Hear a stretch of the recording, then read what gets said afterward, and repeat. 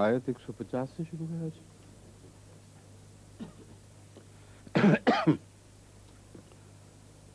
اعوذ باللہ من الشیطان الرجیم.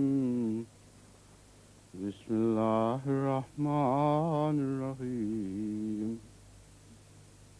ومن حيث خرجت فول وجهك شطر المسجد الحرام وإنه للحق من ربك وما الله بغافل عما تعملون. ومن حيث خرجت فول وجهك شطر المسجد الحرام وحيث ما كنتم فولوا وجوهكم شطره لئلا يكون للناس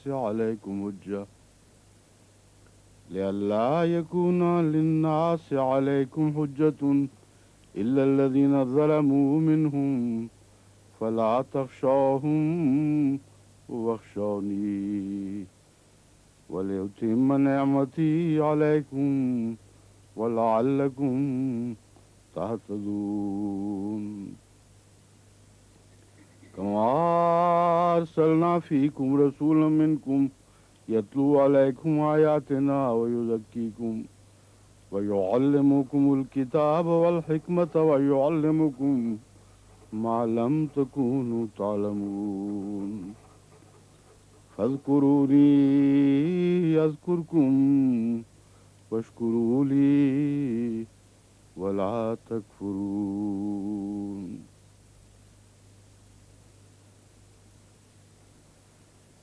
ومن حيث وجدت فول وجهك شطر المسجد الحرام. اور من حيث خرجت جہاں کہیں سے بھی تو نکلے یعنی سفر اختیار کرے فول وجهك شطر المسجد الحرام تو ہمیشہ اپنے چہرے کو مسجد حرام کی طرف پھیرے رکھنا. اصل میں یہاں عام سفر مراد نہیں کہ خواہ مشرق کا سفر کرو یا مغرب کا منہ اس طرف کر کے چلو. مراد یہ ہے کہ کسی اہم کام کے لیے رخت سفر باندھو تو اپنا قبلہ فراموش نہ ہو کہ تمہارا قبلہ ہر کام میں اللہ کی رضا جوئی ہے. یہ مراد ہے. تو مسجد حرام کی طرف منہ پھیر کر سفر کرنا تو ممکن ہی نہیں ہے بلکہ سفر ہی وہ چیز ہے جس میں مسجد حرام کی طرف منہ نہ کرنے کی اجازت ہے. نماز میں حضرت رسول اکرم صلی اللہ علیہ وآلہ وسلم کی واضح ہدایت یہی ہے کہ سفر میں جس طرف سواری کا رخ ہے اس طرف منہ رکھو.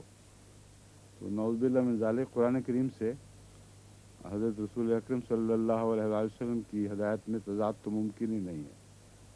بس یہ فرما کر اس آیت کا مفہوم حضور صلی اللہ علیہ وآلہ وسلم نے واضح فرما دیا کہ جس طرف کا بھی ارادہ کرو اپنا مقصد ہمیشہ خدا کی رضا جوئی رکھو اور اسی کے رخ کی طرف قبلہ یا بیت الحرام خدا کی رضامندی کا ایک نشان کے طور پر پیش فرمایا گیا ہے. اینما تکونوا یات بکم اللہ جمیعا. جہاں کہیں بھی تم ہوگے تمہیں اللہ اکٹھا کر دے گا. اکٹھا لے آئے گا ہے لفظ ترجمہ. عطا بہی اسے لے آیا. ان اللہ علی کل شیء قدیر. یقیناً اللہ تعالی ہر چیز پر قادر ہے. یہاں بہت سے مفاہیم ہیں بہت سے معنی ہیں اس آیت کریمہ کے جو زیادہ تفصیل میں جائیں تو تفسیر میں داخل ہو جائیں گے اس لیے ان کو میں چھوڑتا ہوں. مختصر صرف یہ بتا رہا ہوں کہ ایک تو خدا کی طرف رخ رکھنا کیونکہ یہاں خانہ کعبہ کی طرف ظاہری رخ مراد نہیں بلکہ اللہ اور اس کی رضا جوئی کی طرف رخ رکھنا مراد ہے. یہی ایک طریق ہے جو ساری قوم کو اکٹھا کر سکتا ہے. دوسرے ہجرت سے واپسی بھی تبھی ممکن ہے اگر ساری قوم اس ایک رخ کی طرف متحد اور اکٹھی رہے. پھر اللہ تعالیٰ کی خاطر جب تم دنیا میں پھیلے ہوئے بھی اکٹھے رہتے ہو تو خدا تمہیں پھر اس کی جزا کے طور پر ظاہری طور پر بھی اس مرکز میں اکٹھا کر دیتا ہے जहाँ से तुम निकाले गए हो। वमिन हैथो खरजता फवल्लि वजहका शत्रल मस्जिद हराम, बस जहाँ कहीं से भी तू निकले अपना रुख मस्जिद हराम की तरफ फेरे रख। व इन्नहु लल हक़्क़ु मिर रब्बिक, और यकीनन ये बात तेरे रब की तरफ से हक है। व मल्लाहु बिगाफिलिन अम्मा तामलून, और अल्लाह ताला उससे बेखबर नहीं है, गाफिल नहीं है, अम्मा जो उससे, तामलून जो तुम करते हो। व मिन है तो हैस कहते हैं जहाँ कहीं, मिन मैंने से, व मिन है तो जहाँ कहीं से भी, खरजता तू निकले, तो वल्ले शबजह का शत्रल मस्जिद हराम, वल्ले मैंने मुंह फेर दे, वजह का तेरा, वल्ले मैंने फेर दे, वजह का तेरा यानी अपना चेहरा, शत्र कहते हैं तरफ को, और मस्जिद हराम अब जानते हैं मस्जिद हराम क्या है। व इन्नहु यकीनन वो, लल हक को ज़रूर हक है, मेरे रब्बिक तेरे रब की तरफ से। वो बात कौन सी है जो हक है? क्यों जी बताइए, ज़मीर किस तरफ जा रहे? इन्नहु लल हक को, तर्जुमा तो बता दिया, लेकिन तर्जुमा अगर समझ ना आए तो फ़ायदा क्या? इसलिए महज ये कह देना काफ़ी नहीं कि वो बात हक है। पढ़ते वक्त हर तर्जुमा पढ़ने वाले को समझना चाहिए कि क्या बात हक है।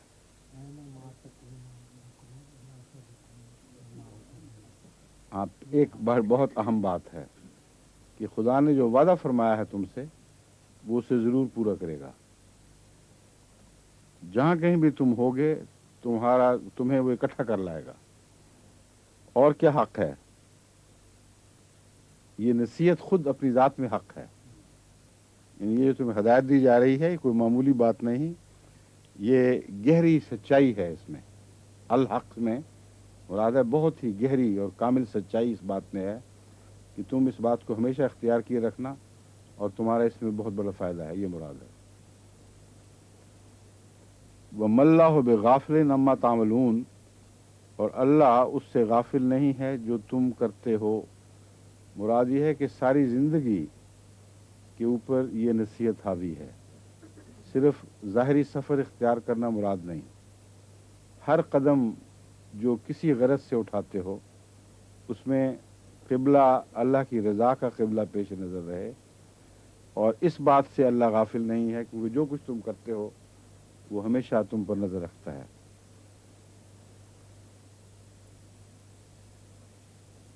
मिन है सो खरज, ये हो चुका है। हाँ, फवल्लु वजूहकुम शतरा लिअल्ला यकून लिन्नासि अलैकुम हुज्जा। इसमें आमतौर पर ला लिखा होता है, शतरहू के बाद ला, लिअल्ला यकून लिन्नासि अलैकुम हुज्जा, फिर ला। ये ला जो है ज़रूरी नहीं है, यूँ ही लोगों ने वहम डाल दिए हैं दिलों में कि गोया खुदा की तरफ से नाजिल होने वाला हुक्म है। मैंने इसकी खूब तहकीक करवाई है। बाद में रसूल हज़ूर सल्लल्लाहु अलैहि वसल्लम के बहुत बाद बाज़ क़ारियों ने जब उन लोगों की खातिर जो अरब नहीं थे और जिनको अज़ खुद सही तिलावत करना नहीं आती थी, बाज़ इलामतें लिखनी शुरू की। उन इलामतों में उन्होंने कहाँ तवक्कुफ़ करना है कहाँ नहीं करना अपने मिजाज के मुताबिक तजवीज़ कर दिया। बहुत कम ऐसी जगह हैं जहाँ तवक्कुफ़ लाजिम इसलिए है कि अक़ल का तकाज़ा है कि लाजिम है, वरना उसके माने कुछ और बन जाएंगे। अक्सर जगह उन्होंने अपने मिजाज की मौज के मुताबिक कहीं ठहरो, कहीं ज़रूर ठहरो, कहीं हल्का ठहरो, कहीं ज़्यादा ठहरो, ये क़ारियों ने बना दिया है। चुनांचे आप ये जो कुरान करीम हमारे हिंदुस्तान वगैरह में छपते हैं, इनका सऊदी अरब में छपने वाले कुरान करीम से मुआवजा करके देख लें, वो वहाँ ला नहीं लिखते। हालांकि अरब हैं और ज़्यादा सख्ती से पाबंदी करने वाले हैं शरीयत की। شریعت کے ظاہر کی زیادہ سختی سے پابندی کرتے ہیں، لیکن وہ نہیں لکھا ہوا. اس لیے بنیادی اصول یہ ہے کہ اپنے ذہن کو مضمون میں اتار کر تلاوت کیا کریں. جہاں تقاضا یہ ہو کہ یہاں ملا کر پڑھنا ہے، وہاں اگر دم ٹوٹے تو پہلی آیت دوبارہ پڑھ کے آگے سے ملا دیا کریں، اور اگر ممکن ہو تو اسی سانس میں اس جوڑ سے آگے نکل جائیں جہاں آپ سمجھیں کہ یہ ضروری ہے. اور توقف یعنی یہ تو ہے نا نہیں ٹھہرنا. توقف تو جہاں سانس ٹوٹے وہاں بھی ہو سکتا ہے، اور انسان اپنے مضمون اپنے ذہن کے مطابق توقف کر سکتا ہے. چنانچہ آخری صورتوں میں جہاں آپ ہر جگہ لا لا لکھا ہوا دیکھیں گے، 3 صورتوں میں عام طور پر جو ہمارے ہاں قرآن کریم نظر آتے ہیں ان سب میں کثرت سے لا لکھا ہو، یہاں نہیں ٹھہرنا یہاں نہیں ٹھہرنا، یعنی 2-3 سانس چاہیے ایک تسلسل سے پڑھنے کے لیے. لیکن میں نے حضرت صلی اللہ علیہ وآلہ وسلم کی قراتوں کے متعلق تحقیق کی تو پتہ چلا کہ حضور صلی اللہ علیہ وآلہ وسلم بعض روایتوں کے مطابق ہر آیت پر ٹھہرتے تھے. قل اعوذ برب الناس، ملک الناس، الہ الناس. تو بعض روایتوں سے پتہ چلتا ہے یعنی ان صورتوں میں حضور ٹھہر ٹھہر کر تلاوت فرماتے تھے، اور جب بھی عرب ٹھہرتا ہے لازماً آخری حرکت کو اڑا دیتا ہے. تو ناسے ناسے ناسے پڑھنے کی بجائے آپ اگر ناس ناس پڑھیں تو ہرگز منع نہیں ہے. اس لیے میں سمجھا رہا ہوں کہ ہمارے احمدی قاریوں کو اس قرات کی روح کو سمجھنا چاہیے اور اس کے مطابق پھر اپنی تلاوت کو درست رکھنا چاہیے. بعض جگہ نسبتاً کم ٹھہر کر بھی پڑھنے کی اجازت ملتی ہے. اجازت کیا نہیں، تلاوت کی طرز کی ثبوت ملتا ہے. لیکن اصل بات یہی ہے کہ اگر آپ جلدی میں ایک مضمون کو دوسرے سے ملا کر پڑھیں گے تو کوئی حرج نہیں ہے کہ 2 آیتوں کو اکٹھا پڑھا جائے ایک سانس میں، اور اس صورت میں بیچ کی جو حرکت ہے وہ قائم ہو جائے گی. اس کی مثال یہ ہے، قل اعوذ برب الناس ملک الناس، 2 آیتیں ہیں. اب میں نے ٹھہر گیا تھا اس لیے پڑھا قل اعوذ برب الناس، میں اللہ رب ناس کی پناہ میں آتا ہوں. اب ایک شخص جو سوچنا چاہتا ہے اس پر کہ پناہ کیا ہے، رب الناس سے کیا معنی ہیں، وہ لازمن ٹھہرے گا، وہ رب الناس سے پڑھ ہی نہیں سکتا یہاں. لیکن اگر ایک مضمون پر غور ہونے کے بعد دوسری آیت کے ساتھ مضمون کو ملا کر ایک نیا مضمون پیدا کرنا ہے تو ایک آدمی کہہ سکتا ہے قل اعوذ برب الناس سے ملک الناس، اس رب الناس کی پناہ میں آتا ہوں جو بادشاہ بھی ہے. تو اس لفظ بادشاہت سے ایک نئی طاقت کا تصور پیدا ہوا. اس لیے میں کہہ رہا تھا کہ اپنے ذہن کو ترجمے میں داخل کر دیں اور جو کیفیات دل میں پیدا ہوں اس کے مطابق آپ تلاوت اپنی کیا کریں، اور اس بات کی پرواہ نہ کریں کہ قاری کیا کہتا ہے، کہاں ضرور ٹھہرو کہاں ضرور نہ ٹھہرو. ہاں وہ جگہیں جہاں نہ ٹھہرنا اس لیے ضروری ہے کہ مضمون بگڑ سکتا ہے، وہاں بے شک آپ نہ ٹھہریں. لیکن وہاں بھی بعض دفعہ قاری اپنے خیال میں سمجھتے ہیں کہ مضمون بگڑ رہا ہے، حالانکہ مضمون نہیں بگڑ رہا، بلکہ وہ جو سمجھتے ہیں بگڑ رہا ہے اس کے اگر ان کی بات مانے تو بگڑتا ہے. اس کی ایک مثال وہ آیت ہے جس میں فحمل حال انسان والی آیت، انہو کان ظلوما جہولا لیعذب اللہ المنافقین والمنافقات والمشرکین والمشرکات. اس آیت میں حضرت اقدس محمد مصطفیٰ صلی اللہ علیہ وآلہ وسلم کو کا ایک عظیم مقام جو منفرد اور انتہائی مقام ہے وہ پیش فرمایا گیا ہے. یعنی یہ مضمون حضرت مسیح موعود علیہ الصلوۃ والسلام کی تفسیر سے اور ہمارے سلسلے میں رائج تفاسیر سے ثابت ہے. اور یہی سب سے اعلیٰ مضمون ہے، کیونکہ قرآن کا بوجھ اٹھانے کا سوال تھا جسے زمین نہیں اٹھا سکی، آسمان یعنی آسمانی لوگ نہیں اٹھا سکے، پہاڑوں جیسے وجود نہیں اٹھا سکے۔ ایک انسان آگے بڑھا ہے اور اس نے اس بوجھ کو اٹھا لیا ہے۔ وہ الانسان، انسان کامل، یہ محمد رسول اللہ مراد ہیں۔ یہ کہنے کے بعد بعد آیت کہتی ہے انہو کانا ظلوما جہولا، کہ یقیناً وہ اپنی جان پر بہت ظلم کرنے والا اور عواقب سے بے پرواہ ہے۔ اس پہ قاری ڈر گئے کہ رسول اللہ علیہ وسلم کا غالباً ذکر ہے اور آپ کو ظلوماً جہولا کہنا تو بہت بڑا ظلم ہے، انہوں نے سمجھا، اور خدا نے یہ کیسے کہہ دیا؟ تو انہوں نے اس مضمون کو یہاں سے اٹھا کر اگلی آیت کے سر پہ جوڑنے کی کوشش کی اور بیچ میں آگے لا لکھ دیا کہ اس کو انسان کامل کے ساتھ نہ ملانا، خبردار، اسے آگے ملاؤ جہاں یہ ہے انہو کانا ظلوماً جہولا لیعذب اللہ المنافقین والمنافقات، کیونکہ منافق اور منافقات کو خدا نے عذاب دینا ہے، اس لیے اس کی وجہ پہلے بیان کر دیتے ہیں کہ وہ ظلم اور جہول ہے۔ نعوذ باللہ من ذالک، یہ بالکل غلط ہے مضمون۔ اس کی وجہ یہ ہے کہ فصاحت و بلاغت کے خلاف ہے یہ طرز بیان۔ منافقین اور ان کو عذاب دینا ہے، اور پہلے انہو کی ضمیر پھیری ہے اس کی طرف جو پہلے مرد واحد کا ذکر ہو رہا ہے، اس کو منافقات کی طرف ہو کہہ کے پھیرنا، یہ سارا نظام بگڑ جاتا ہے۔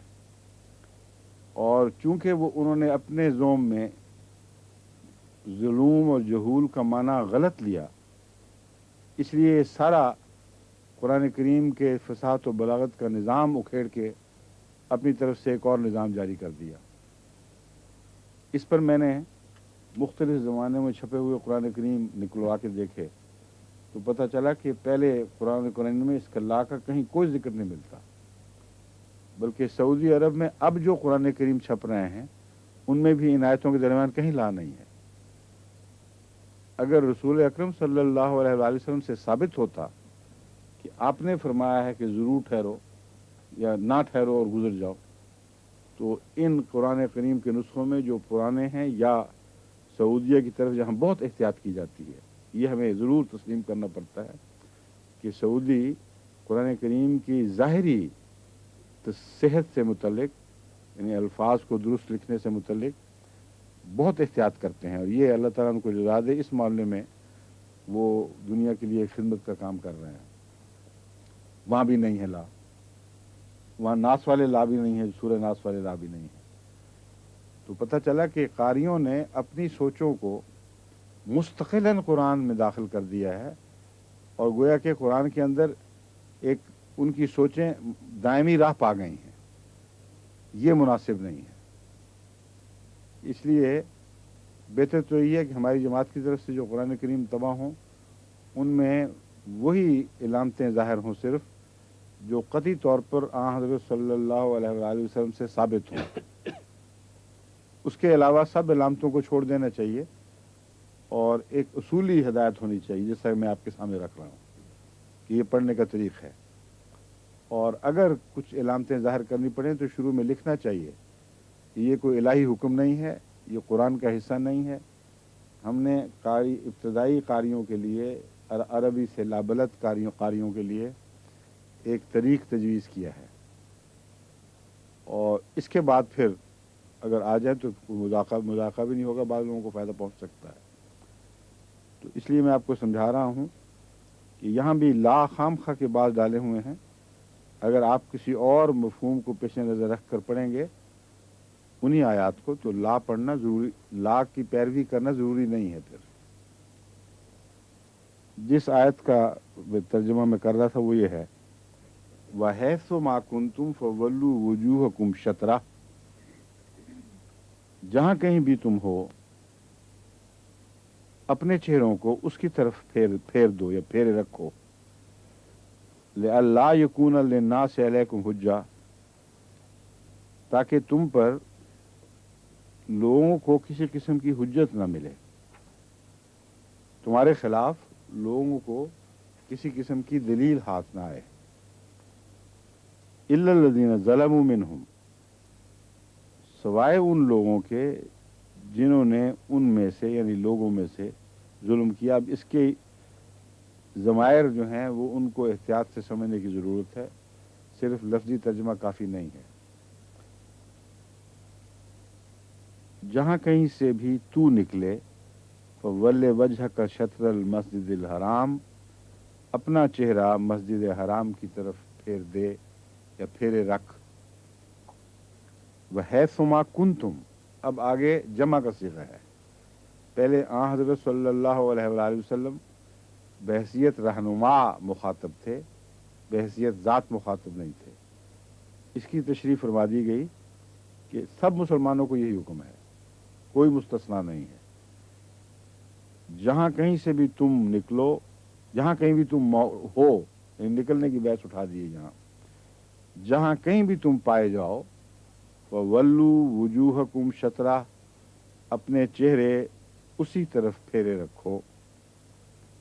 ले अल्लाह यकून लिन्नास अलैकुम हुज्जा, ताकि लोगों के लिए, अवामुन्नास या बनी नौ इंसान के लिए तुम्हारे खिलाफ कोई दलील न ठहर जाए, उनके हाथ में तुम्हारे खिलाफ कोई जायज़ उज़र न आ जाए।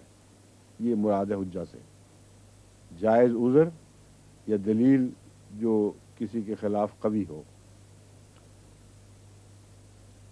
इल्ला लज़ीना ज़लमू मिनहुम, सवाए इसके उन लोगों के जिन्होंने जुल्म किया उनमें से। अब क्या मतलब है, कौन लोग हैं जिन्होंने जुल्म किया और किन पर जुल्म किया, क्या समझें आप?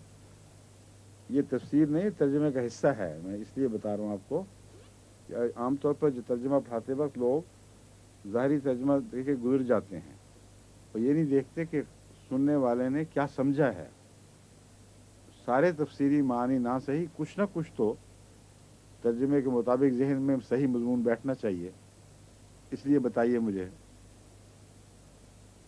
क्यों अशरफ साहब आप बड़ी देर से नहीं बोले?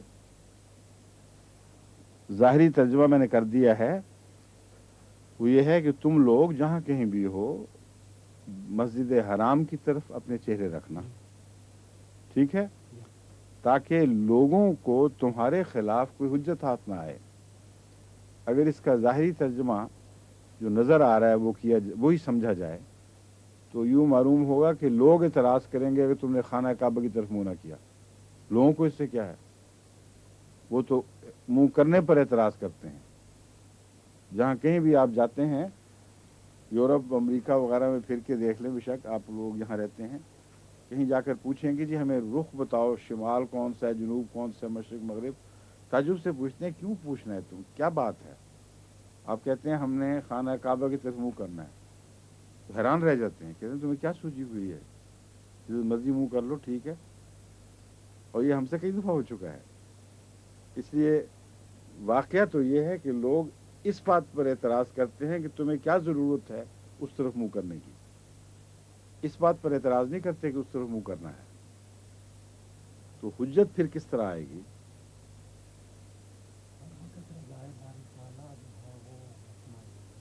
ठीक है, और हुज्जत उससे भी हुज्जत नहीं बनती पूरी तरह, ये इत्तिहाद मुराद है। यहाँ रसूलुल्लाह सल्लल्लाहु अलैहि वसल्लम के ताबे पहले वाहिद में जिक्र किया, फिर जमा में, जिसका मतलब है कि तुम्हारा एक इमाम है, उसके पीछे चलना है तुमने।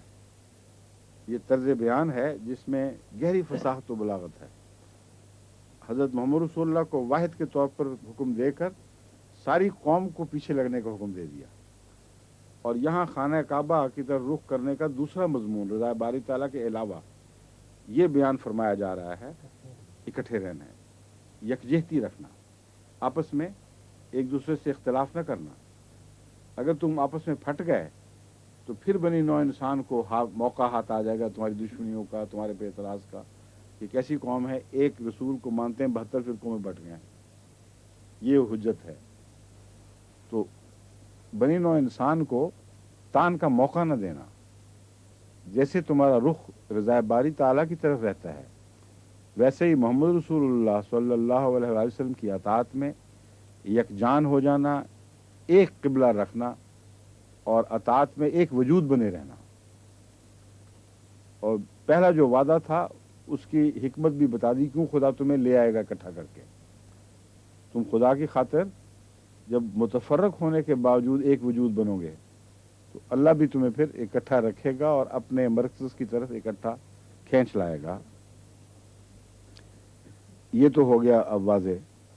الا الذین ظلموا منہم، کون ظلموا منہم ہے؟ جب آپ پڑھتی ہیں ترجمہ، کیوں جی خواتین آپ نہیں بول رہی ہیں آج؟ الا الذین ظلموا منہم سے کیا مراد ہے بتائیے؟ ایسی آوازیں بتائیں کہ یہاں تک پہنچ جائے. ہیں؟ یہودی کیوں؟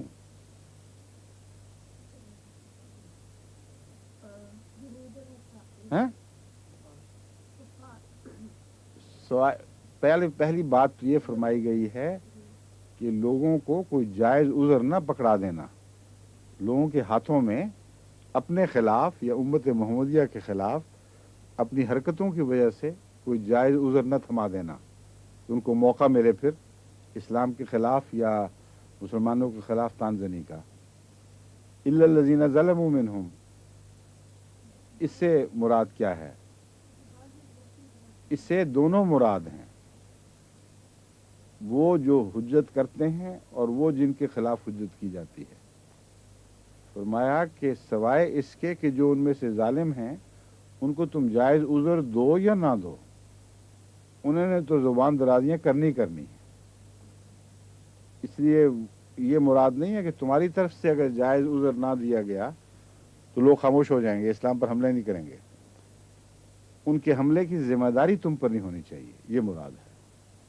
وہ تو بولیں گے، بہرحال شرارت کریں گے، لیکن خدا کی نظر میں تم بری ذمہ ہوگے. پھر دوسرا یہ کہ تم میں سے وہ لوگ جو ایک مختلف ہو جائیں گے وہ ظالم لوگ ہیں، ان کا ذکر نہیں ہم کر رہے ہیں. انہوں نے تو کرنا ہی کرنا ہے جو وہ کریں گے، جو اختلاف انہوں نے کرنے ہیں، جو تفرقہ کرنا ہے، یہ تو وہ ظالم کیا ہی کرتے ہیں.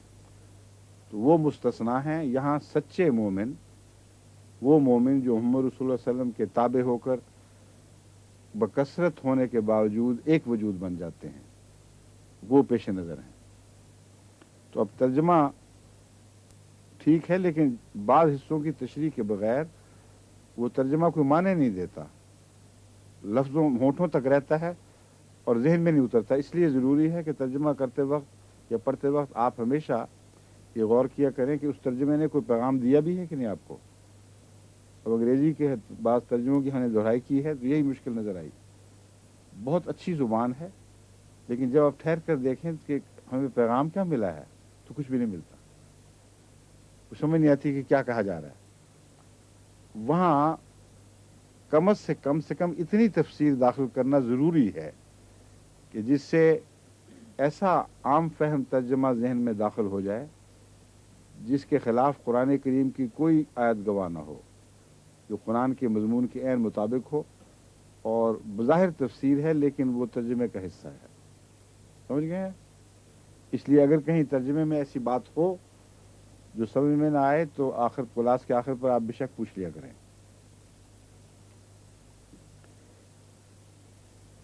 فلا تخشوہم واخشونی،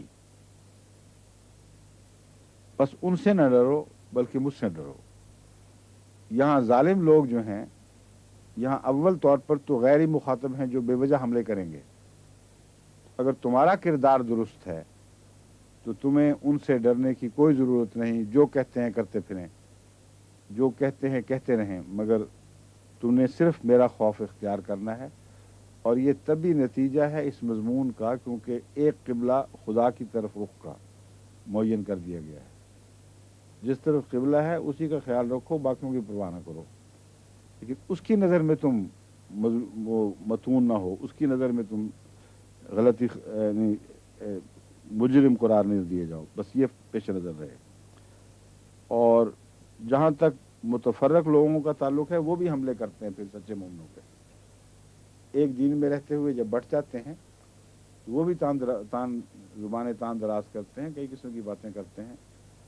ثانوی طور پر وہ بھی معنی ذہن میں آ سکتا ہے. وَلِأُتِمَّ نِعْمَتِي عَلَيْكُمْ وَلَعَلَّكُمْ تَهْتَدُونَ، यहाँ भी ला लिखा हुआ है, हालांकि ला ज़रूरी नहीं। मजमून अपनी ज़ात में फ़ला तख़शौन वख़शौनी एक कामिल मुकम्मल दायमी रहने वाला मजमून है, और इसे इस इक़्तिबास से उठाकर भी आप पढ़ें तो एक हमेशा की हदायत है। ला तख़शौनी ना वला तख़शौहुम वख़शौनी। तो पता नहीं क्यों कारी ने यहाँ ला लिख दिया है या क़िफ़ लिख दिया है, क्यों जी, क्या लिखा हुआ है इसके ऊपर? क़िफ़ है। हाँ, क़ाफ़ से मतलब ही वो है कि ठहरो ज़रा, दम ले लो, ये ठीक है। फिर यहाँ मैं ला पहले समझा था, मैंने गौर किया तो नहीं, क़िफ़ है ये। ऊपर है ला भी और क़िफ़ भी, जो मर्जी कर लो। जब जो मर्जी करना तो लिखने की क्या जरूरत है फिर। वले उतिम्म नेमती अलैकुम वलअल्लकुम तहतदून, ताकि मैं अपनी नेमती अलैकुम तुम पर मुकम्मल कर लूँ, उतिम्मा तमाम कर दूँ, वलअल्लकुम तहतदून और ताकि तुम हदायत पाओ। ये तर्जुमा तो वाज़ेह हो गया। अब इससे क्या आप समझे हैं कि लियुतिम्म नेमती? तर्जुमे में बसा औकात हम गफलत से तर्जुमा पढ़ते हैं और लफ्ज़ी तर्जुमा समझ आ गया इसलिए समझते हैं हो गया सब कुछ। हालांकि तर्जुमे का मकसद है पैगाम पहुंचना। क्या पैगाम मिला है इससे आपको? बोले उतिम्म नेमती जी, तमाम नेमत किसको कहते हैं और इतमाम नेमत किसको कहते हैं? जी क्या? शरीयत का नुज़ूल हर नबी के लिए इतमाम नेमत का लफ्ज़ आता है। हर नबी पर नेमत तमाम हुई है, यानी उसके दायरा इस्तेदाद के लिहाज से वो अपने मकाम के आखिर तक पहुंच गया और उसे नबी बनाया गया। तो जहाँ तक शरीयत के वाले इत्माम का ताल्लुक़ है वो तो हो चुका है। अल-यौमा वहाँ उसका ज़्यादा जिक्र अकमलतो में है, ना कि इत्माम में। अल-यौमा अकमलतो लकुम दीनकुम व अतममतु अलैकुम नेमती। आज के दिन हमने अपने दीन को तुम पर कामिल कर दिया है। यह है शरीयत का नुज़ूल। अतममतु अलैकुम नेमती, तुम्हारी इस्तेदादों के लिहाज से खुदा की जितनी नेमतें तुम कबूल करने के लायक थे वो तुम्हें अता कर दी गई हैं। इसके बाद वले उतिम्मा नेमती का क्या मतलब रहा फिर? ये सवाल है मैं जो उठा रहा हूँ। नहीं, मतलब ये है नेमतें तो मौजूद हैं कुरान करीम में रसूल सल्लम की पैरवी में, लेकिन मिलेंगी उनको जो सच्ची पैरवी करेगा। तमाम नेमत तुम्हारे हक में उस वक्त होगा जब तुम इस क़िबले की, जो अब बयान हो रहा है कि मोहम्मद रसूलुल्लाह ने जिस क़िबले की पैरवी की है उसका हुक्म मिला, उन्होंने तो कर दी। तुम सब पर भी फ़र्ज़ है कि इस रसूल के पीछे रहो। अब है सुमाकुम, तुम जहाँ कहीं भी तुम हो इस रसूल वाले क़िबले की तरफ रुख रखो। रसूल सल्लम से अपनी हदायत, अपना रुख मुअय्यन करो। अगर तुम ये करोगे तो खुदा वादा करता है कि वो नेमत जिसके कबूल करने की तुम में इस्तिताअत है अल्लाह उसे पूरी कर देगा। और ये वही है मन युतिल्लाह व रसूल फउलाइका मल्लज़ीना अनअम अल्लाहु अलैहिम। वो अनअम अल्लाह वाली जो है ना आयत, अतात रसूल से जो इनाम मिलते हैं, यहाँ वो नेमत मुराद है। लियुतिम्म नेमती, वरना शरीयत तो नाजिल हो चुकी, नेमत रसूल सल्लम पर तमाम हो गई, इसलिए वो नेमत यहाँ मुराद नहीं है, ना वापसी का जिक्र है यहाँ। वलअल्लकुम तहतदून, ताकि तुम हदायत पाओ। तुम्हारे लिए नेमतें जो हर इंसान के मुक़द्दर में लिखी हुई अतात के नतीजे में, वो नेमतें उसको अता होंगी। कोई सालिहियत तक पहुँच के ठहर जाएगा उस नेमत में, कोई शहीद होगा, कोई सिद्दीक बनेगा, ये मुराद है इससे। कमा अरसलना फीकुम रसूलन मिनकुम यतलू अलैकुम आयातिना व युज़क्कीकुम। अब देख लें उस नेमत की तरफ कितनी वज़ाहत से इशारा कर दिया।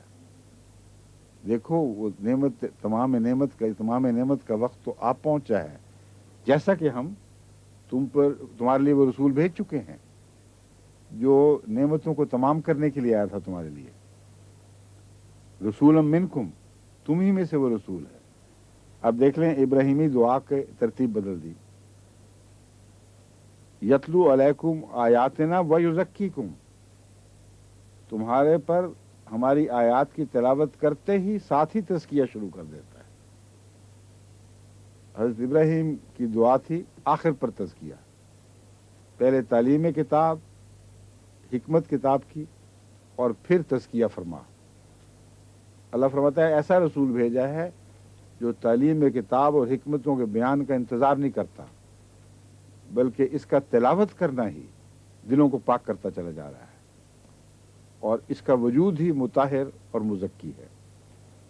तो फरमाया देखो, हमने जिस तरह हमने ये नेमत तुम्हें दाखिल नाजिल फरमा दी है, वो ज़राए मुहैया कर दिए हैं जिनके नतीजे में हर शख्स अपनी हद इस्तेदाद तक खुदा की नेमतों को हासिल कर सकता है।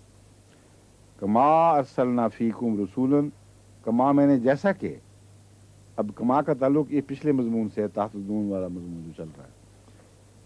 जैसा कि हमने तुम्हारे अंदर रसूलम मिनकुम, तुम्हारे अपने में से, तुम्ही में से एक रसूल भिजवा दिया, यतलू अलैकुम आयातना, तुम पर हमारी आयात की तिलावत करता है, व युज़क्कीकुम, और तुम्हें पाक और साफ बनाता है, व युअल्लिमुकुमुल किताबा, और युअल्लिमुकुम, तुम्हें तालीम देता है। अल्लमा का मतलब है किसी को तालीम देना, और ताल्लमा का मतलब है तालीम हासिल करना। मुअल्लिम किसको कहते हैं, क्यों जी, हैं? और मुतअल्लिम, ये है अरबी ग्रामर का तरीक। कभी कभी आपको बाप के तरफ इशारे कर देता हूँ ताकि रफ्ता रफ्ता आपको आशनाई हो जाए इन चीज़ों से।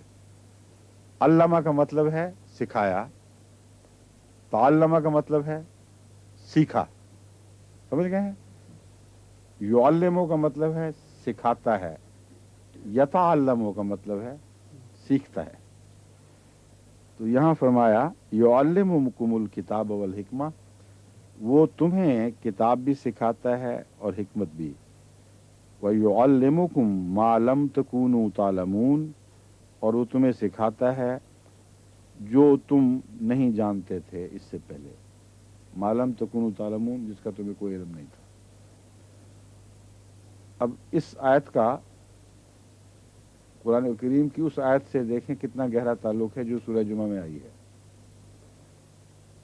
वइन कानू मिन कब्ल लफी दुलाल मुबीन, मोहम्मद रसूलुल्लाह के आने से पहले वो खुली खुली गुमराही में थे, कुल्लियतन जाहिल लोग थे। और यहाँ वही बात है, युअल्लिमुकुम मालम तकूनु तालमून, तुम्हें वो ऐसी बातों की तालीम देता है जिनका तुम्हें कोई तसव्वुर नहीं था, इससे पहले तुम्हें कोई इल्म नहीं था। यहाँ एक बात की वजाहत ज़रूरी है, वो तर्जुमे से ज़रा हट कर है कि यहाँ कुम से मुराद क्या अरब हैं या सारी दुनिया वाले हैं। बस यही गलती है जो लोग आमतौर पर दोहराते रहते हैं। यहाँ जो है ना उम्मी लोग, उनसे सिर्फ अरब ले लेते हैं। अगर ये अरब इतना अजीमुशान खुदा ताला का वादा जो इब्राहीम अलैहिस्सलाम की दुआ से आपने के नज़ीर में आपने उनसे फरमाया कि मैं दुनिया का सबसे अजीम रसूल भेजूँगा, अगर वो सिर्फ अहले अरब के लिए था तो फिर तो कोई बहुत बड़ा अजीम वाक़या नहीं हुआ, सब दुनिया के लिए है। और ये आयत सब दुनिया से ताल्लुक़ रखती है। कुरान करीम के मज़ामीन जो नई शान के साथ और ऐसे मज़ामीन हैं जो इससे पहले बयान नहीं हुए, उनकी तरफ ख़ुसूसियत से इशारा है। डिस्टिंक्टिव फीचर्स हैं जो इस्लाम के, कभी किसी मजहबी किताब में वो मजमून बयान नहीं हुआ।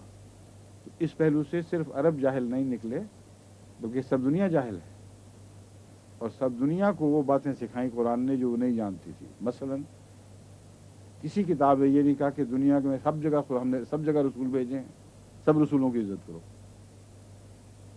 कुरान के नाज़िल होने के बाद जो बाज़ लोगों ने जो अपनी तरफ से मज़हब बनाने की कोशिश की, उसमें ये बातें दाखिल कर ली, लेकिन कुरान से पहले दिखाएं।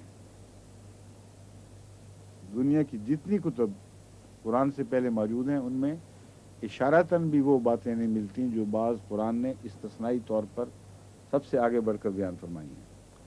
तो ये मुराद है मालम तकुनु तालमून, वरना कुरान करीम जो अमूमी तालीम है बुनियादी, उसके मुझे तो खुद दावा करता है कि सबको मालूम थी, पहले दिन से ही वही दी गई है। फरमाता है हर रसूल को हमने यही तालीम दी। तो वो बुनियादी तालीम यहाँ मुराद नहीं है जो कदर मुश्तरक है मज़ाहिब में, वो इस्लाम की खुसूसी तालीम है जो सब मज़ाहिब से बाला, उनसे अलग और मुमताज़ तालीम है। इस पहलू से जब अब जाहिल कहेंगे तो सारी दुनिया जाहिल है और जाहिल थी, अब भी जाहिल है जो कुरान की इन बातों पर अमल नहीं करती। अब यहाँ के सबसे तालीम याफ्ता ईसाई से बात करके देख लें, उसको इस बात का पता ही नहीं कि दुनिया में सब खुदा के रसूल हैं, सच्चे हैं। ये मुराद है मालम तकुनु तालमून। फज़कुरूनी अज़कुरकुम वशकुरूली वला तकफुरून। फज़कुरूनी, बस मेरा जिक्र किया करो, अज़कुरकुम, मैं तुम्हारा जिक्र करूंगा, वशकुरूली, और मेरा शुक्र अदा किया करो, वला तकफुरून, और मैं न और तुम नाशुक्री न करना। यहाँ कुफ्र से मुराद नाशुक्री है, क्योंकि कुफरान नेमत, नेमत की नाशुक्री को कहते हैं, और जो इनकार कर देते हैं वो भी सबसे बड़ी नाशुक्री करने वाले हैं। फज़कुरूनी के जवाब क्या दिया, अज़कुरकुम, मैं तुम्हें याद करूंगा। वशकुरूली का जवाब क्या दिया, कुछ भी नहीं, कोई जवाब नहीं। ये नहीं कहा कि मैं तुम्हारा शुक्र करूंगा, अल्लाह किस बात में शुक्र करेगा। वला इन शकरतुम लअज़ीदन्नकुम, वहां जवाब है, यहां कोई जवाब नहीं है। वहां नसीहत की है कि तुम्हारा फर्ज है, तुम हो ही इस मकाम पर कि शुक्र ही शुक्र है, इनकार शुक्र तुम्हारे लिए मुमकिन ही नहीं है। कोई ऐसी जगह नहीं जहां तुम मकाम शुक्र पर ना हो, हर तरफ से खुदा की नेमतों ने तुम्हें घेर रखा है। बस नेमत का जो मजमून बयान हुआ था, उसी तसलसल में ये फरमाया गया है कि जहाँ तक नेमत का ताल्लुक है, वो तो तुम्हारी ज़िंदगी का कोई लम्हा नहीं है, कोई मकाम नहीं है जहाँ से तुम निकल के कहीं और चले जाओ और नेमत के दायरे से बाहर चले जाओ। बस याद करने की बात है कि नेमत पर गौर करो। फज़कुरूनी से मुराद है कि मेरी नेमतों में घिरे हुए हो, हर सांस में मेरी नेमत अंदर लेते हो, और जब सांस निकलता है तो मेरी नेमतें छोड़कर वापस जाता है। उसका बाहर निकलना भी नेमत है, वरना दम घुट के मर जाओगे। ये सारे मज़ामीन ऐसे हैं कि जहाँ इत्माम नेमत का एक और मफहूम बयान हो जाता है, और इसमें तमाम बनी नौ इंसान शामिल हो जाते हैं, लेकिन उनको एहसास नहीं है। मोमिनों को मुखातिब करके बताया गया फज़कुरूनी, अब नेमत के ताल्लुक में मुझे याद रखते रहना, क्योंकि तुम याद रखोगे तो नेमत तुम्हारे सामने उभरेगी, वरना उस नेमत से गाफिल रहोगे। वशकुरूली, और उसके नतीजे में तबन शुक्र अदा करना है, शुक्र अदा करना है। याद तुम्हें लाजिमन शुक्र पे मजबूर करेगी। वला तकफुरून, और ना शुक्र न बनना। तो दरअसल फज़कुरूनी का जवाब है वशकुरू, उसके आगे जवाब की जरूरत नहीं है। जब तुम जिक्र करोगे तो उसके नतीजे में लाजिमन शुक्र के दायरे में दाखिल हो जाओगे, और जब समझ आ जाएगी कि शुक्र का मकाम है तो फिर शुक्र से बाहर कदम न रखना, कभी भी नाशुक्री न करना।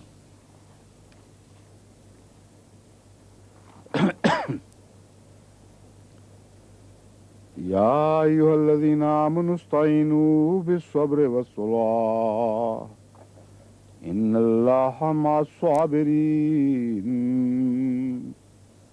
वला तक़ूलू लिमन युक़्तलु फ़ी सबीलिल्लाहि अमवात बल अहयाउ वलाकिन ला तशऊरून वलनबलुवन्नकुम बिशैइन मिनल खौफि वल जूइ व नक्सिम मिनल अम्वालि वल अनफुसि वत्थमरात वबश्शिरिस साबिरीन अल्लज़ीना इज़ा असाबतहुम मुसीबतुन क़ालू इन्ना लिल्लाहि व इन्ना इलैहि राजिऊन। या अय्युहल्लज़ीना आमनू, ए वो लोगो, या अय्युह का मतलब है ए वो, और जब मुखातब करते वक्त गैर मामूली तवज्जो दिलानी हो तो फिर इसी तरह दिला या अय्युह के जरिए कुरान करीम मुखातब करता है। या अय्युहल्लज़ीना आमनू, ए वो लोगो जो ईमान लाए हो, इस्तईनु बिस्सब्र वस्सलात, मदद मांगा करो सब्र के साथ और इबादतों के साथ, नमाज के साथ। बे से मुराद जरिया है। इस्तईनु बिस्सब्र वस्सलात, सब्र के ज़रिए और नमाज के ज़रिए मदद मांगा करो, एक ये माना है। दूसरा है इस्तईनु बिस्सब्र वस्सलात, अल्लाह ताला से मदद मांगा करो कि तुम्हें वो सब्र भी अता करे और नमाजों पर भी कायम करे। इय्याक नस्तईन में जो इस्तईन है उसमें यही मुराद है कि हमें नमाज पढ़ने की तौफीक बख्श। तो इस्तईनु में ये माना भी है कि खुदा से मदद मांगा करो कि वो तुम्हें सब्र की तौफीक अता फरमाए और वो तुम्हें इबादतों का हक़ अदा करने की तौफीक अता फरमाए, और उससे ये दुआ किया करो कि तुम्हें सब्र के ज़रिए तुम्हारी नुसरत फरमाए, तुम्हारी मदद सब्र के ज़रिए फरमाए, यानी तुम्हें सब्र अता करके तुम्हारी मदद फरमाए। सिर्फ सब्र फी ज़ाते ही मकसद नहीं है जो पूरा हो गया, बल्कि सब्र के फ़वाइद भी तुम्हें अता करे और इस तरह इस्तिआनत होगी तुम्हारी, और नमाज अता करे जिसके ज़रिए तुम्हें मदद खुद ब खुद मिलेगी। तो कमज़ोरों के लिए बेहतरीन नुस्खा ये है कि वो सब्र इख्तियार करें और अल्लाह की इबादत करें और अल्लाह से मदद मांगें, तो फिर उनके मसाइल हल हो जाएंगे। ये पैगाम है इसमें। इन्नल्लाह मास्साबिरीन, क्योंकि अल्लाह ताला का ये दस्तूर है, इन्नल्लाह मास्साबिरीन, खुदा सब्र करने वालों के साथ होता है। एक दायमी सुन्नत है उसकी कि जो भी खुदा की खातिर सब्र करता है अल्लाह ताला उसे नहीं छोड़ता। यहाँ सब्र का मफ़हूम तो बहुत वसी है। ये याद रखना चाहिए कि जहाँ एक इंसान अपने इश्तियाल की वजह से या शौक़ की वजह से एक चीज़ पर कुदरत रखता है कर गुजरने की, वहाँ हाथ इसलिए रोकता है कि अल्लाह ताला पसंद नहीं करता, वो सब्र बिल्ला है। तो जो इस वजह से रुक जाता है, अपना बदला नहीं लेता या कोई और काम ऐसा नहीं करता जो उसकी तबीयत का तकाजा होता है, उसके मुतालिक अल्लाह ताला फरमाता है पाक अदा खाली नहीं छोड़ूंगा, उसका बदला मैं बनूंगा और उसकी ज़रूरतें मैं पूरी करूंगा। जो उसकी कमज़ोरियाँ थीं उनको ताकत में बदलना मेरा काम होगा। ये मुराद है पैगाम इन्नल्लाह मास्साबिरीन, यकीन अल्लाह ताला हमेशा सब्र करने वालों के साथ रहता है। वला तक़ूलू, अब सब्र का मौका बयान फरमा दिया है। वला तक़ूलू लिमन युक़्तलु फ़ी सबीलिल्लाहि अमवात, उन लोगों को जो खुदा की राह में कत्ल किए जाते हैं, किए जाए नहीं है दुरुस्त यहाँ, इसलिए कि युक़्तलु है जो मुज़ारिया मजहूल का सीगा है, इसका मतलब है किए जाते हैं। तो ये नहीं है कि अगर कोई खुदा की राह में कत्ल किया जाए तो उसको मुर्दा नहीं कहना। उन सब लोगों को जो खुदा की राह में कत्ल किए जाते हैं उनको न आज मुर्दा कहना है न कल कहना है। इसमें तमाम ज़मानों के माजी हो या हाल या मुस्तक़बिल खुदा की राह में मारे जाने वाले पेश नज़र हो रहते हैं फिर, और यही पेश नज़र हैं। उनको तुमने कभी मुर्दा नहीं कहना, बल अहयाउन, बल्कि वो तो जिंदा हैं। वलाकिन ला तशउरून, लेकिन तुम्हें उनकी जिंदगी का शऊर नहीं है। क्या मतलब है, किस तरह शऊर नहीं है? जाहिर बात है, हमने उनको मरते तो देखा है, उनकी जिंदगी के कोई आसार दुनिया में दिखाई नहीं देते, तो उसकी वजह यह है कि शऊर की कमी है। लेकिन हकीकत यह है कि उनकी वजह से कौम जिंदा होती है। एक माना यह है, जिसका अगर शऊर हो तो इंसान उनको कैसे मुर्दा कह सकता है जो जिंदगी बख्श हैं, जिनकी कुर्बानियों से सारी कौम जिंदा हो जाती है और मुस्तकबिल उसका रोशन हो जाता है। तो ऐसे लोगों को मुर्दा कहना उनकी गुस्ताखी, उनकी हद तक है। दूसरा माना यह है कि वो अल्लाह के नज़दीक, अल्लाह के हुजूर में बाकी मुर्दों की निस्बत जल्दी शऊर पा गए हैं और आम दस्तूर से हटकर उनसे खुदा के फजल का इस्तिस्नाई सलूक है। बाकी मुर्दों की तरह वो उतने बेशऊर नहीं हैं जितने बाकी मुर्दे हैं, और अल्लाह ताला जल्द उनसे तकल्लुम फरमाता है और बहुत जल्द उनसे जज़ा के वादे देता है। और वो नेमतें जो बाकियों के लिए देर तक इंतज़ार करती हैं, उनके लिए जल्दी पेश कर दी जाती हैं। इस मज़मून की गवाही हज़रत सल्लल्लाहु अलैहि वसल्लम ने खुद दी, क्योंकि अल्लाह ताला ने आपको बताया कि जो शहीद होने वाले हैं वो फ़ौरन पेश हुए, फ़ौरन उनसे गुफ्तगू शुनीद हुई, फ़ौरन इनाम शुरू हो गए। तो ये मुराद है। इंद रब्बिहिम युरज़क़ून दूसरी जगह फरमाया है कि इस दुनिया के लिहाज से अगरचे वो जिंदा नहीं है, मुराद ये है कि वहाँ उनको रिज़्क़ देने का सिलसिला भी जारी हो चुका है और उनको इनाम मिल रहा है, वो खा पी रहे हैं अपनी रूहानी ज़िंदगी में। इसलिए अगर हैं तो तुमसे बेहतर जिंदा हैं, तुमसे कम तर जिंदा नहीं है। शऊरी लिहाज से भी, ज़रूरियात के पूरा होने के लिहाज से भी और उनके पुरलुत्फ़ होने के लिहाज से भी यही ज़िंदगी है। इस पहलू से वो उनको मुर्दा नहीं कहा जा सकता। वला नबलुवन्नकुम बिशैइन मिनल खौफ़ि वल जू'i व नक़्सिन मिनल अम्वाल, और हम ज़रूर तुम्हारी आजमाइश करेंगे। वला नबलुवन्नकुम, ये नून सकीला है। नून सकीला जब आए किसी चीज़ पर तो वो उसे बहुत शिद्दत के माने भी देता है, बड़ा इन्ना के मुकाबले पर ज़्यादा यकीन के माने देता है।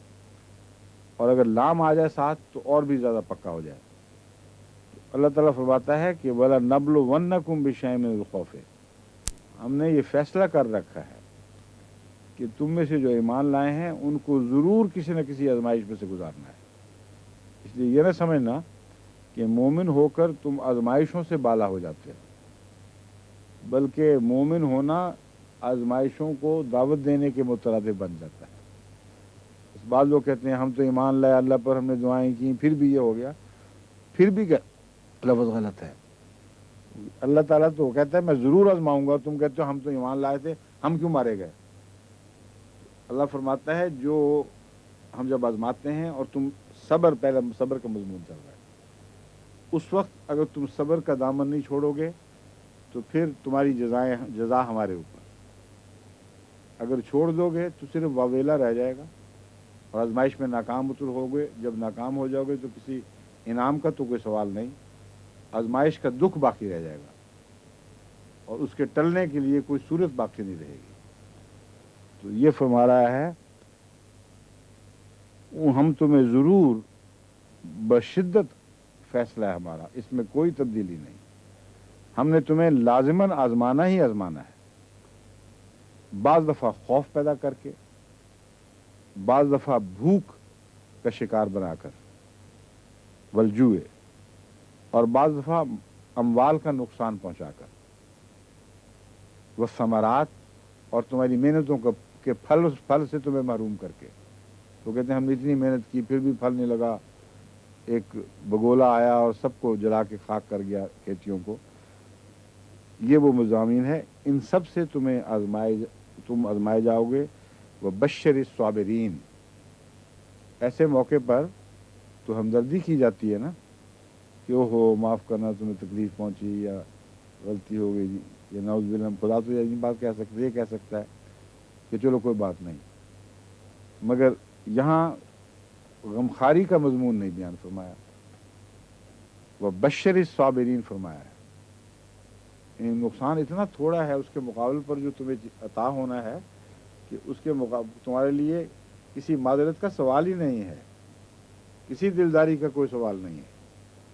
ان کو خوشخبریاں دیا کرو، خوشخبریاں میری طرف سے عطا کرو. اگر کچھ کہنا ہے تو ان کو کہو کہ اللہ تعالیٰ نے تمہیں بڑی سعادت بخشی، الحمدللہ، مبارک ہو، اور خدا کی طرف سے ہمیں تم خوشخبریاں دیتے ہیں کہ اس تکلیف کے نتیجے میں تمہیں وہ کچھ ملے گا کہ غمخاری کے مضمون کا موقع ہی پیدا نہیں ہوتا. یہاں اتنا تھوڑا ہے نقصان اور تکلیف، اس کے مقابل پر جو نعمتیں ملنی ہیں اتنی تھوڑی ہے کہ اس موقع پر یہ نہیں کہتے کہ او ہو بہت تکلیف ہوئی. اب ایک انسان چھوٹی سی محنت کرے اور اس کو بے شمار جزا دے دے کوئی شخص، تو کوئی اس سے ہمدردی تو نہیں کر سکتا کہ ہو تمہیں اتنی سی تکلیف ہوئی تھی. وہ پاگل پن ہوگا. بعض دفعہ کوئی کسی صاحب حیثیت کی چھوٹی سی خدمت کرتے ہیں، وہ زیادہ انعام دے دیتے ہیں، تو اس وقت غمخاری کا کوئی موقع نہیں ہوتا، حالانکہ تکلیف کچھ نہ کچھ خدمت کے ساتھ لگی ہوئی ہے. تو یہاں بشر کا جو مضمون ہے اس کی عظمت اس طرح بیان ہوتی ہے کہ ان کی ہمدردی کا یہاں کوئی ذکر نہیں فرمایا، حزن و غم کا یہاں کوئی ذکر نہیں فرمایا. حالانکہ دوسری آیات میں اس کے ساتھ وہ مضمون ہے جہاں لمبا عرصہ تکلیفوں کا پہنچتا ہے، وہاں یہ بھی فرمایا کہ غم نہ کرو، حزن نہ کرو، خوف نہ کھاؤ. اس جگہ صرف خوشخبری دی ہے، یعنی بہت بڑی خوشخبری ان کا انتظار کر رہی ہے. الذین اذا اصابتہم مصیبۃ، یعنی وہ لوگ کہ جب ان کو کوئی مصیبت پہنچتی ہے، قالوا انا للہ، اذا اصابتہم، یہ وہی اذا ہے جو میں نے بتایا تھا کہ جب اذا کا لفظ ماضی پر آتا ہے تو اسے مستقبل میں بدل دیتا ہے. اصابتہم کا مطلب ہے انہیں پہنچی، لیکن اذا اصابتہم کا مطلب ہے جب کبھی بھی انہیں پہنچے، جب بھی کوئی تکلیف پہنچتی ہے. قالوا انا للہ، وہ یہ کہتے ہیں ہم اللہ ہی کے ہیں، اللہ ہی کی طرف سے آئے تھے. وَإِنَّا إِلَيْهِ رَاجِعُونَ، اور یقیناً ہم اسی کی طرف لوٹ کر جانے والے ہیں. تو مراد یہ ہے کہ یہ جو تکلیف ہے یہ نقصان ہی کی ہے نا، کوئی جان کا نقصان ہو، پھل کا ہو، کسی چیز کا ہو، تو یہ خدا بتا رہا ہے گئی کہاں، وہ خدا سے آئی تھی اسی کی طرف لوٹ گئی. تو تم اپنا بھی تو سوچو کہ تم نے بھی وہیں جانا ہے، اس لیے ایسے حال میں جاؤ کہ جزا حاصل کرنے کے لیے پہنچو، سزا حاصل کرنے کے لیے نہیں. اور جب تم چھوٹی سی چیزوں پہ کہتے ہو کہ چلو یہ کیا وہاں سے آئی تھی، ہم بھی ادھر جانے والے ہیں، تو اس کے نتیجے میں شکر کا مضمون پیدا ہوتا ہے اور صبر کی توفیق ملتی ہے، واویلے سے انسان بچ جاتا ہے. کیوں یہ وقت ختم ہو گیا؟ اچھا ٹھیک ہے. اولئک علیہم صلوات من ربہم ورحمہ واولئک هم المہتدون، یہی وہ لوگ ہیں جن پر ان کے رب کی طرف سے، من ربہم، ان کے رب کی طرف سے، صلوات ہیں، برکتیں ہیں، بہت سی رحمتوں کا نزول ہے. ورحمہ، اور رحمہ یہاں آیا ہے ذکر، وہاں صلوات کا مطلب ہے ہر قسم کی برکات، من ربہم، ان کے رب کی طرف سے، ورحمہ، اور رحمت اس کے علاوہ. وَأُولَئِكَ هُمُ الْمُهْتَدُونَ، اور یہی وہ لوگ ہیں جو ہدایت یافتہ ہیں خدا کی نظر میں. ان کو اللہ تعالیٰ ہدایت کی جزا ضرور عطا فرمائے گا. یہاں صلوات اور رحمت کا جو فرق ہے اس کے متعلق انشاءاللہ میں لغت کے حوالے سے آپ کو پھر بتاؤں گا. اب وقت ختم ہو رہا ہے. کئی جگہ ہم کہتے ہیں نعمت، رحمت، فضل، تو قرآن کے استعمال سے اور عربی لغت کے اعتبار سے ان میں کیا چھوٹے چھوٹے فرق ہیں، یہ کچھ تھوڑا سا سمجھانے کی ضرورت ہے، تاکہ پھر آئندہ جب بھی آپ ترجمہ پڑھیں تو مضمون کی سمجھ آ جائے کہ یہاں یہ مضمون مراد ہے، وہاں یہ مضمون مراد ہے۔ اب وقت ختم ہو گیا، اس لیے خدا حافظ، السلام علیکم، باقی انشاءاللہ کل۔